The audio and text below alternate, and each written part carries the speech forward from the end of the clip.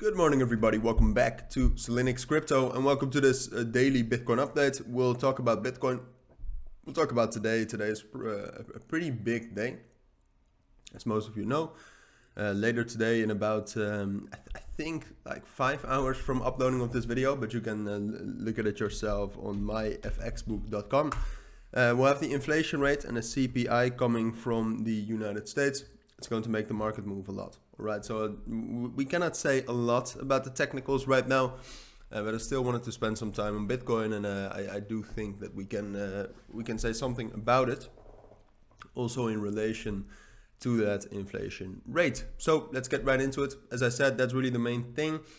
Apart from that, yesterday we were still, well, basically starting Sunday evening, we were still very bearish, all because, or at least hugely influenced by the news that there's another lawsuit by the SEC to sue the crypto trust corporation Paxos over the Binance stablecoin.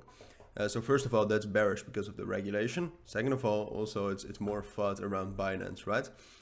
Which I still trust Binance as an exchange, but things like these they do pile up and they're not great. So yeah, that's causing the market to go down quite a bit as well. If you take a look at BNB, that's down like 6% over the last 24 hours.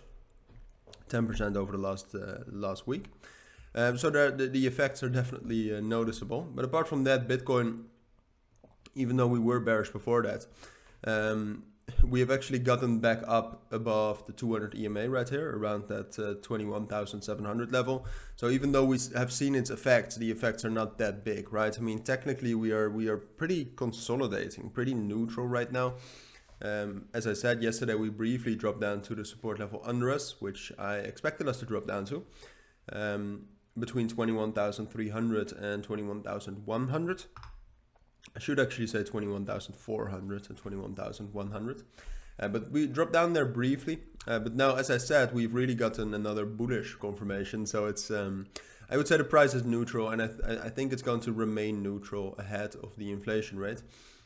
We could perhaps see some moves up, like that we'll be testing this level around 22,000 ahead of the news, because I do expect some volatility ahead of the news and then a lot of volatility after the outcome, which I cannot predict. I mean, I cannot tell you whether I expect us to be above or under the consensus, and because that's what it's all about, I cannot predict that. All right, I know some economics, but I'm not that well aware of all the economics of the United States that I can predict something like that.